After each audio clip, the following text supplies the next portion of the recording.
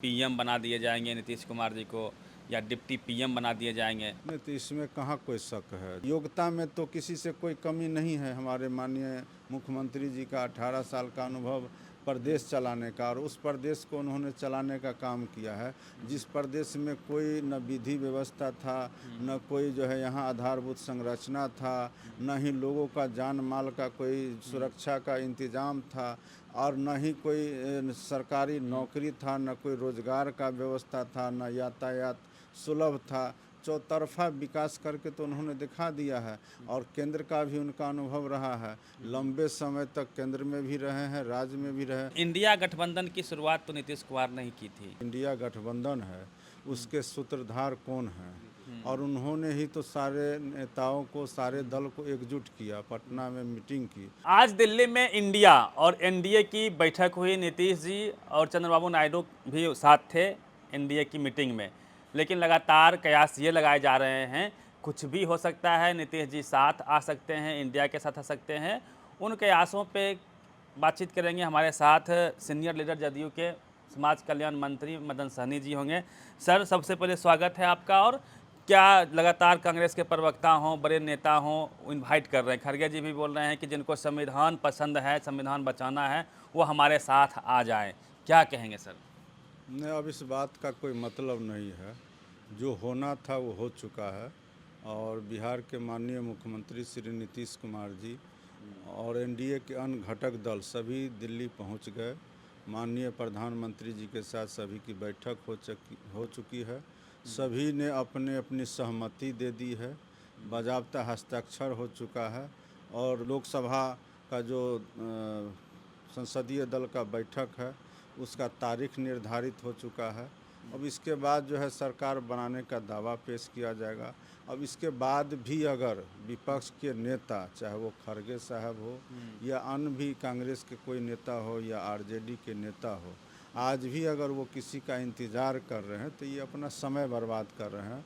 ऐसा कुछ होने वाला नहीं है। एनडीए की सरकार हर हाल में बनेगी, चाहे वो 8 तारीख को बने, 9 तारीख को बने, वो तारीख अलग से निर्धारित की जाएगी। और सरकार हर हाल में बनेगी। और माननीय हमारे देश के आदरणीय प्रधानमंत्री श्री नरेंद्र मोदी जी तीसरी बार फिर से प्रधानमंत्री का शपथ लेंगे। उनको जो है संसदीय दल का नेता चुन लिया गया है, लेकिन कहा यह जा रहा है, ऑफर ये आ रहे हैं कि पीएम बना दिए जाएंगे नीतीश कुमार जी को या डिप्टी पीएम बना दिए जाएंगे। क्या और ऐसा संजोग बना है कि बन भी सकते हैं, संभावनाएं हैं? क्योंकि इंडिया आपके जो मंत्री हैं सहयोगी जमा खान, वो कह रहे हैं कि पीएम मटेरियल है, पीएम क्यों नहीं बन सकते हैं। और इंडिया गठबंधन की शुरुआत तो नीतीश कुमार ने ही की थी। नहीं तो इसमें कहाँ कोई शक है। जो लोग आज बेचैन हैं श्री नीतीश कुमार जी को अपने पाले में लेने के लिए, उनको शायद यह याद नहीं है कि जो इंडिया गठबंधन है उसके सूत्रधार कौन हैं। और उन्होंने ही तो सारे नेताओं को, सारे दल को एकजुट किया, पटना में मीटिंग की। तो उस समय सब सोए हुए थे। उस समय उनको संविधान खतरा में नज़र नहीं आ रहा था। उनको आरक्षण उस समय जो है ख़त्म करने का डर नहीं समाया हुआ था। आज उनको सारे डर समा गए। जनता इन सब बातों पर भरोसा नहीं करती है। जनता को मालूम है। जनता को अगर ये लोग भ्रम में डालने का कोशिश कर रहे हैं तो ये उनकी भूल है। जनता को सब कुछ पता है। जनता को अगर कोई यह समझता हो कि वो हमसे कम समझता है तो ये उनकी नासमझी है। और सब कुछ तय हो चुका है। जनता को जिनको चुनना था, जिन जनप्रतिनिधियों को, उनको चुन करके उन्होंने दिल्ली भेज दिया है। अब सरकार बनाने की बारी है। सरकार बनने वाली है। और हमारे नेता इतना जो है हल्के काम नहीं करते हैं। और उन्होंने खुद माननीय प्रधानमंत्री जी को बधाई भी दे दी है। आज भी जा कर के उन्होंने बधाई दे दी है। सरकार बनाने के लिए उन्होंने समर्थन दे दिया है। अब इस तरह का बात करने का औचित्य नहीं है। ये बात इस बात की ओर इशारा करता है, दर्शाता है कि विपक्ष आज भी हल्का है और हल्के की तरह बात कर रहा है। जब माननीय मुख्यमंत्री जी स्वयं जा कर के तो किसी भी तरह का प्रलोभन देना, ये तो संविधान के खिलाफ भी है। जिस संविधान की रक्षा की बात कर रहे हैं तो आप नहीं प्रलोभन सर, दे रहे हैं। संभावनाएं सर इसलिए प्रबल हो रही है ना, आपके पूर्व एमएलसी रह चुके हैं खालिद अनवर जी और जमा खान जी। नहीं, पूर्व नहीं है, अभी वर्तमान वर्तमान में एमएलसी भी है। और जमा जी हमारे माननीय मंत्री हैं, ये उनका व्यक्तिगत विचार हो सकता है। और रही बात योग्यता का, तो योग्यता में तो किसी से कोई कमी नहीं है। हमारे माननीय मुख्यमंत्री जी का 18 साल का अनुभव प्रदेश चलाने का, और उस प्रदेश को उन्होंने चलाने का काम किया है जिस प्रदेश में कोई न विधि व्यवस्था था, न कोई जो है यहाँ आधारभूत संरचना था, न ही लोगों का जान माल का कोई सुरक्षा का इंतजाम था, और न ही कोई सरकारी नौकरी था, न कोई रोजगार का व्यवस्था था, न यातायात सुलभ था। चौतरफा विकास करके तो उन्होंने दिखा दिया है। और केंद्र का भी उनका अनुभव रहा है, लंबे समय तक केंद्र में भी रहे हैं, राज्य में भी रहे। तो योग्यता के आधार पर तो ये चुनाव हो नहीं रहा है। जो हमारे माननीय प्रधानमंत्री जी हैं, वो देश के प्रधानमंत्री 10 साल से लगातार हैं, और उनके नाम पर यह चुनाव लड़ा गया है। उनके पार्टी को जो है संख्या ज़्यादा है, अब उसमें कोई आदमी लोभ लालच में पड़ेगा तो ये ऐसा काम हमारे नेता नहीं नहीं सर, करते। आइडियोलॉजी को यदि देखा जाए तो जो चंद्रबाबू नायडू हैं, उन्होंने पूरे चुनाव के दरमियान स्पष्ट तौर पे कहा कि जो मुस्लिमों को ओबीसी आरक्षण मिलता है उसको हम ख़त्म नहीं होने देंगे। अमित शाह बार बार मंच से कह रहे थे यदि हमको मौका मिलता है, बहुमत आती है, तो हम मुस्लिम को आरक्षण से मुक्त कर देंगे, निकाल देंगे ओबीसी से। इसको लेकर कन्फ्लिक्ट तो थी। देखिए, एक बात समझ लीजिए, जो भी नेता हैं, हम समझते हैं कि सभी स्थानीय स्तर पर जो अपने वोट का समीकरण होते हैं उसका ध्यान रखते हैं।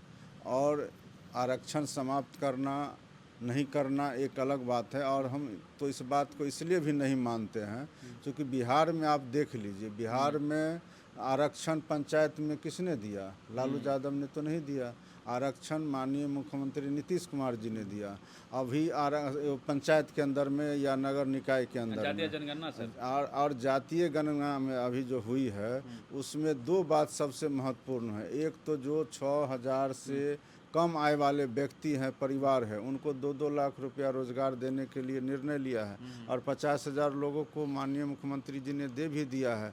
एक बड़ा उसमें और निर्णय लिया गया, जो ऐतिहासिक निर्णय कहा जा सकता है, कि जो हमारा आरक्षण पहले से दिया हुआ है, चाहे वो अनुसूचित जाति के लिए हो, अनुसूचित जनजाति के लिए हो, अति पिछड़ा वर्ग के लिए हो, पिछड़ा वर्ग के लिए, सभी का आरक्षण का दायरा बढ़ाया गया है। तो आप कैसे कह सकते हैं? एक तरफ हमारे इसी काम को लेकर उम्मीद है इंडिया गठबंधन को। एक तरफ हमारे सरकार आरक्षण का दायरा बढ़ा रही है, तो इस पर तो कोई आरोप लगा रहा है तो वो तो सरासर गलत कर रहा है ना। आपने तो अपने समय में आरक्षण नहीं दिया, और आज आप आरक्षण का रोना रो रहे हैं जिसने आरक्षण ही नहीं दिया। और जो आरक्षण की शुरुआत बिहार में हमारे जननायक कर्पूरी ठाकुर जी ने किया, उनको भी सम्मानित करने का काम तो यही एनडीए सरकार ने किया है। तो हम नहीं समझते हैं कि आरक्षण, हाँ, अगर किसी अन्य प्रदेश में अगर इस तरह का सवाल उठता है या किसी ने उठाया है तो वो स्थानीय मुद्दा हो सकता है और वोट का समीकरण हो सकता है। बिहार में या देश में इस तरह के कोई मामले, हाँ, प्रधानमंत्री जी स्वयं भी कह चुके हैं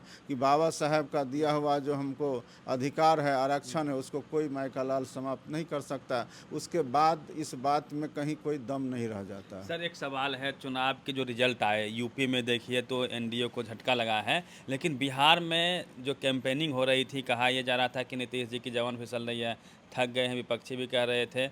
और उतना अधिक जो है प्रचार भी जिस हिसाब से नीतीश जी करते थे उतना अधिक नहीं किए खुद। और ख़ास करके जो मल्लाह समाज से आप आते हैं, मुकेश सहनी हेलीकॉप्टर से घूम रहे थे तेजस्वी यादव के साथ, और आप रोड पे घूम घूम के कर रहे थे, तो मल्लाह समाज का वोट आपने टर्न अप करवा लिया और नीतीश जी उभर के सामने आए हैं। इसका क्या मूल मंत्र है? नहीं, कैसे इसका तो सीधा सीधा अर्थ यही न हुआ कि माननीय मुख्यमंत्री जी के बारे में जो भी कयास लगाया जाए, और विपक्ष के नाते तो लोग चाहते ही है ना कि किसी को जदयू खत्म 24 में, वो ख़त्म करने वाले तो खुद ख़त्म हो जाएंगे। इतना आसानी से लेने वाले, आज 18 साल से तो लोग पीछा पड़े होंगे। ऐसा थोड़े है कि कहें कि आपको हम लिख के दे रहे हैं, आप जो है सब दिन मुख्यमंत्री बने रहिए, और कोई विपक्ष इनको जो है पीछा नहीं पड़े होंगे, ऐसा तो है नहीं। उसके बावजूद भी अगर टिके हुए हैं तो इनमें खासियत होगा। और खासियत यह तो नहीं है कि सिर्फ चेहरा देख करके लोग वोट करते हैं, काम के आधार पर वोट करते हैं और कर्म इनका अच्छा है और इन्होंने बिहार को बहुत अच्छे ढंग से आगे ले जाने का काम किया है। आज नौकरी के नाम पर वो लोग बोल रहे थे, नौकरी जो देना मुख्यमंत्री का काम है कि उप मुख्यमंत्री का काम है। उप मुख्यमंत्री रहते हुए इन्होंने इनके जो पार्टी के नेता थे और शिक्षा विभाग के मंत्री थे, तो उनका जो है प्रवचन होता था, रामायण महाभारत पर विभाग जाना आना भी छोड़ दिए थे। और जिस 5 विभाग में ये मंत्री थे उप मुख्यमंत्री जी, उस विभाग में तो कोई बहाली नहीं हुआ, तो फिर ये श्रेय शिक्षा विभाग का कैसे ले रहे हैं, टीचर के बहाली का कैसे ले रहे हैं? ये सारे काम मुख्यमंत्री जी ने किया और इस बात को जनता मानी, जिनको नौकरी मिला वो माने, इसलिए तो समर्थन उन्होंने किया है, इसलिए उनके दावे में कोई दम नहीं है। अति पिछड़ा समाज को आपने कैसे सर बना के रखा है? क्योंकि अति पिछड़ा वोटर जदयू की कोर वोटर मानी जाती है, मल्लाह समाज से आप आते हैं, तो कैसे क्या विशेष रहा? देखिए, अति पिछड़ा समाज कोई पहली बार नहीं है। जब से नीतीश कुमार जी बिहार में है, उसका बहुत बड़ा कारण है। आप इतिहास में जाइए, इतिहास का मतलब यह नहीं कि आप 50 साल पहले जाइए, आप 18 साल पहले जाइए ना। पहले नरसंहार होते थे, 118 नरसंहार तो बिहार में हुआ 15 साल में। आप सोच सकते हैं कि 15 साल में 118 बार अगर नरसंहार हुआ तो उसमें बचा कौन होगा? चाहे वो दलित वर्ग के लोग हो, अति पिछड़ा वर्ग के लोग हों, चाहे पिछड़ा हो या अगड़ा हो, जिसको जहां मौका मिलता था वहीं एक दूसरे का कर देते थे। तो सरकार के रहते हुए अगर किसी का जान माल सुरक्षा नहीं है तो हम समझते हैं कि उस सरकार की नाकामी है। सरकार का सबसे बड़ा जिम्मेवारी होता है लोगों को सुरक्षा प्रदान करना, और अगर कोई सरकार आदमी का, जनता का सुरक्षा प्रदान करने में नाकाम है तो वैसे सरकार को रहने का कोई औचित्य नहीं है। और इस बार भी अगर विपक्ष के लोग बहुत सारे दावे कर रहे थे तो लोग को इसलिए भरोसा नहीं हो रहा था कि जो अमन और चैन अभी के समय में बिहार में कायम हुआ है, जो आपको प्रशासनिक व्यवस्था कायम हुआ, जो सरकार का जो इकबाल आज नज़र आ रहा है वह इकबाल पहले नज़र नहीं आता था। लोग सुरक्षित नहीं थे, इसलिए लोगों ने भरोसा किया और लोगों ने समर्थन किया है। रही बात आप पूछ रहे हैं अति पिछड़ा का, तो अति पिछड़ा को आरक्षण किसने दिया? नीतीश कुमार जी ने दिया है। आज हम लोग 5 सीट पर पिछले बार भी लोकसभा में हम लोग को मौका मिला, और जिस समय 15 साल वो लोग थे बिहार के गद्दी पर, तो कहाँ 2-4 जाति के लोग ही विधानसभा के अंदर में नज़र आते थे। आज आप जाकर के विधानसभा के अंदर में झांकने का कोशिश कीजिए तो आपको लगेगा कि ऐसा कोई जाति ही नहीं बचा है जिसका प्रतिनिधि वहाँ नहीं बैठा हुआ है। तो वो ये माहौल बनाने का काम नीतीश कुमार जी ने किया है। माहौल बना है, सभी को मौका मिला है, सभी लोग एक खुश हैं, सभी लोग जो है सो अपना अपना प्रतिनिधि वहाँ नज़र आ रहा है, लोग को सुरक्षा का भाव मन में बैठा है। लेकिन पहले क्या था, कुछ लोग ही वहाँ शासन कर रहे थे, एक दूसरे पर जुल्म करने का काम कर रहे थे।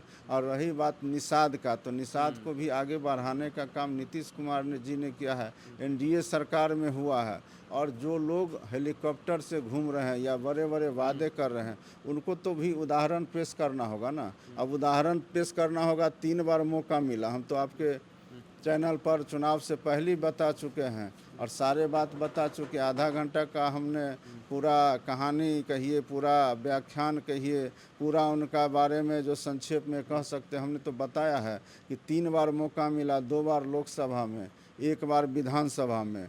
एक भी सीट निषाद को तो देने का काम नहीं करते हैं, नाम लेते हैं सिर्फ निषाद का, और टिकट किसको देते हैं? हम उतना खुल करके क्यों बार बार हम किसी को बारे में बतावे। लेकिन ये बात उनको भी समझ में आ रहा है कि सिर्फ जो है झूठ बोलने से काम नहीं चलेगा। अगर आप जनता का सेवा नहीं करेंगे, चाहे वो अपने समाज का क्यों नहीं हो, लोग आकर के हम लोग से मिलते हैं, लगातार हम लोग उनका सेवा करते हैं, उनके भी लोग हम लोग के पास आकर के काम करवाते हैं, और उनसे मिलना तो लोग को बहुत कठिन काम है।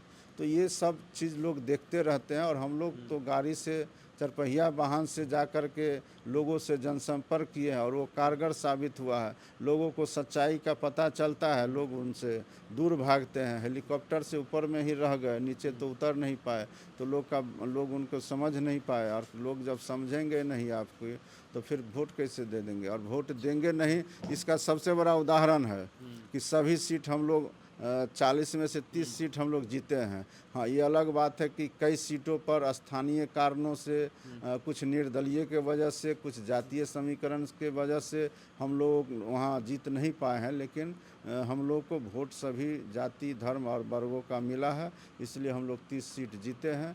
और आगे भी हम लोग कह सकते हैं कि जो विधानसभा का चुनाव होगा उसमें हम एनडीए का सफलता मिलेगा।